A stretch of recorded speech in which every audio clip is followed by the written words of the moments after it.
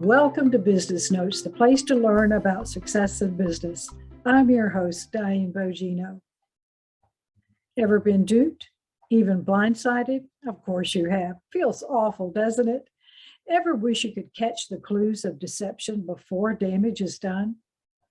Truth and deception detection expert Janette Ghedotte reveals the 5 magic steps to spotting the lies. When you understand how to detect and decode body language, then you have the competitive advantage when you're interacting with others. From head to toes, the body always shows the truth. Here's Janette to share her truth with us. Janette, thank you for being on the show today. It is a pleasure having you on. Thank you, Diane. It is my pleasure. I'm so excited to connect with you and your audience. What got you interested in body language? Yes, I want to know what people are all about and really what's going on in the moment and understanding relationships, because when you understand what's going on when you're interacting with others, there's a better chance that you can have a greater connection, especially using body language. Because when you sense any discomfort or disagreement or dis-ease, then you can use your other skills, your communication skills, to really find out more about the other person, find out what their objections are, find out what their interests are, and then build up on that connection. So you get to the yes, and you have them sign on the dotted line if you're doing a business transaction. That's what it's all about, Diane. That's right. So why is it important for people to understand body language in general? Yes, because you want to know how that person is feeling, what they're expressing, and you want to be in sync with them. You want to be aligned with them. So when you see like forward body language and nodding, right, and smiling, that means that they are attracted or engaged with you. And if you show them the price or your terms or your conditions and they move back, and they pivot a little bit away, then you know that maybe it's not that time to close, and you have to go back to what their pain points are and what they want from whatever you're offering. So in business especially, it's vitally important, but really, Diane, it's in every interaction, when you're engaged with another human being. Why are you so passionate about body language? People to return back to our original language, which, Diane, is body language. Diane, when we were babies, even in the womb, as our senses were developing, our sense of touch, smell, taste, we were absorbing everything in the womb that our mother was experiencing. So if she was experiencing drugs and trauma, the baby felt that. If she was eating healthy foods, the baby, had the healthy nutrients. And so research showed that even like hours after a newborn is born, in experiments, newborn babies can correctly point out their mother. And it's based on the smell, the energy, the touch, right? The sense. And it's just fascinating.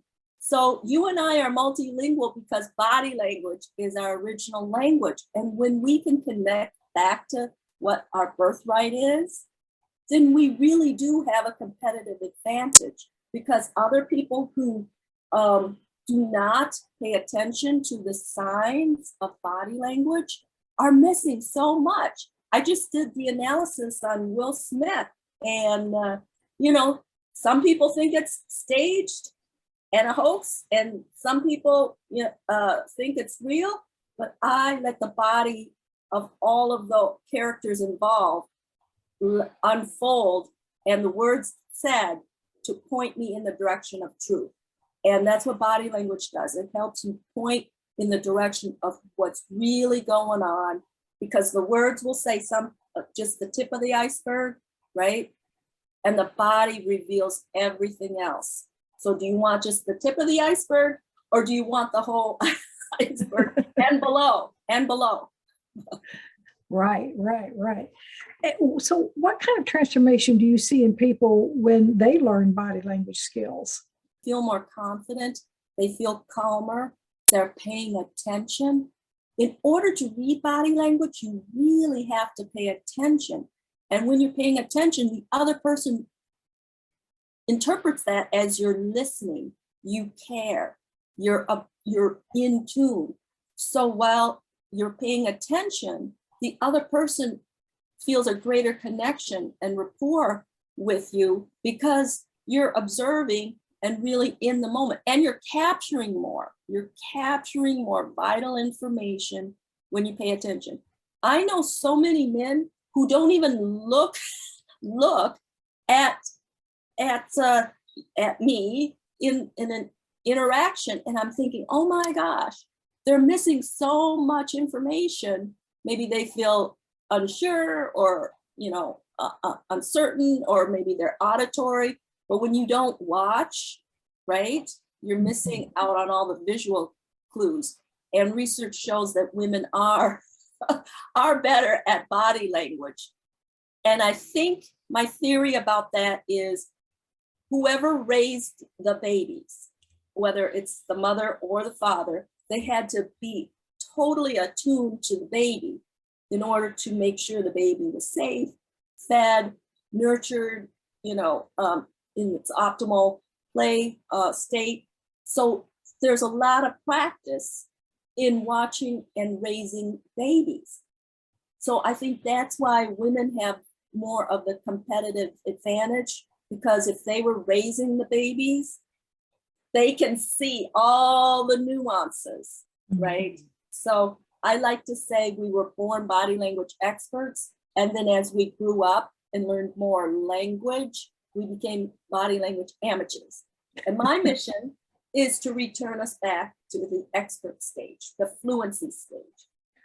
Well, so, I often tell people in building their careers, they need to run their career like a business. So that competitive advantage works both for if you're in business, but also in your career as well. So can you address networking circumstances, if you're in an interview, talk about body language in those areas? Yes, body language. I also took Western face reading. So by studying the facial features, I can tell if somebody, for instance, you and I have high eyebrows, okay? So in networking, I would make sure that I have proper and appropriate social distance when I meet you, and I would meet you more formally, okay? Because of our high eyebrows. People with lower eyebrows, like George Clooney has lower eyebrows to his eyelids. He's more of a hugger. So the physical distance between George Clooney and somebody he just meets would be shorter in distance.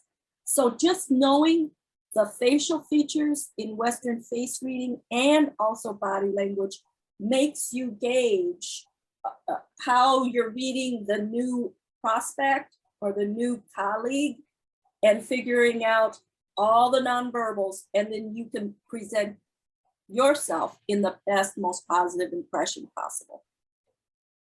Well, I could see that working in an office every day too. Good grief. Exactly. I'll give you an example. Let's say you and I were doing a natural women's business networking. We would, knowing body language, we would strategically smile more. However, if you and I were partners and we were going into a boardroom with a hostile takeover of a whole bunch of men and women, and we're dealing with male leaders, we probably would strategically smile less, because smiling is more of a friendship, submissive body language gesture. But if we want to make sure that we present ourselves in the most authoritative manner, strategically we would smile less and be more authoritative. And I have a hard time with that because I'm always smiling, but but if I'm trying to bust liars, Diane, I put on my game face. I put on my don't mess with me face. But right now I'm enjoying you, so I'm smiling. I can't help it. Well, good. Well, that's really interesting because dealing with behavioral styles, they have to adapt. So this is the same concept. So that's an additional tool in your arsenal of being competitive in a business and career situation. So that is good information to know in helping people adapt better as they go about their business. A very good point, Diane. When we are interacting with our family members, it's a different dynamic than if we were interacting on this, podcast, or if we were going in and making sure that we got funding for our venture capital opportunity. So yes, we've got to know strategically what we want to get out of it and use every skill set that we have, including conflict resolution. Conflict resolution and body language go hand in hand, because when you notice body language, you can sense any discomfort or any disagreement, and then use your communication and conflict resolution skills to get over and across and beyond what may be a barrier for the other person. All right. That's a good point you made too about smiling or not smiling so much in certain situations. And oftentimes it's probably why people are not taken seriously, like in a job hunt or a business situation. Yes. And for men too, men have to be strategic in smiling. If they're on a date and they're trying to have a good time with their date, strategically loosen up and smile. For other situations, it depends. Smiling should be a strategic asset depending on what objective you have. And when I like somebody, like I'm liking you and our interview, I really have a good time and I smile. And then the other thing is, when you smile, you can get the other person to smile. And if that other person smiles, then you're in alignment because you're smiling. And if you see the other person smiling, then there's matching and mirroring and synchronizing. Mm-hmm. And that's how you get to the yes. Like I might say, and Diane, as you can see, all of my services will get you what you want. And if I'm not nodding, that's a perspective technique to get you to sign on the dotted line. As I'm explaining it and I'm nodding and I'm smiling and I'm tilting my head. Fascinating. What have I not asked you that you would like the audience to know? My goodness. Well, I had a lot of fun analyzing the Will Smith situation because some people thought, man, that's a hoax. Oscar ratings are low, and they did that as a stunt to boost the ratings. And what helped me get to the heart of all that was the motivation. If that were true, then the studios and Academy Awards wouldn't have to ban Will Smith because they would be in on the stunt, right? And they would immediately say, hey guys, we were just having fun. It's okay, right? So I go to the heart and the motivation of the situation of both men, Jada, and the Academy. So the people who said it's a hoax, really, they need to tell us what their position is and defend their position. And I do that in my Brainz magazine article and also my analysis, my video analysis, which I'm happy to send you.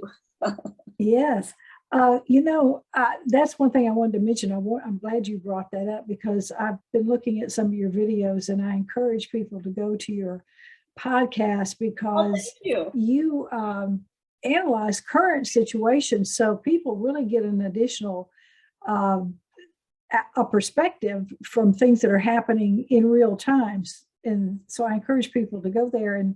And how can people get connected with you, Janette? Yes, please follow me on Instagram. I'm Accurate Body Language on Instagram, and of course on LinkedIn. That's where my professional bio is, and it's Janette, and Ghedotte. You can easily remember Ghedotte because it sounds like karate. Karate, Ghedotte.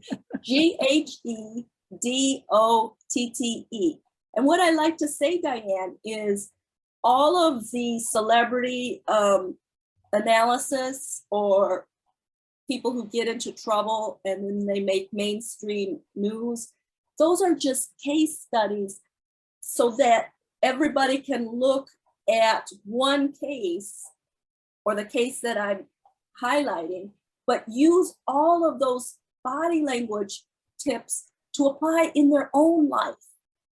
Like for Will Smith, it's not about Will Smith, it's how you can see it and also then apply it in your own life to make your life better and your interactions with others more meaningful and positive. Absolutely. That is great advice.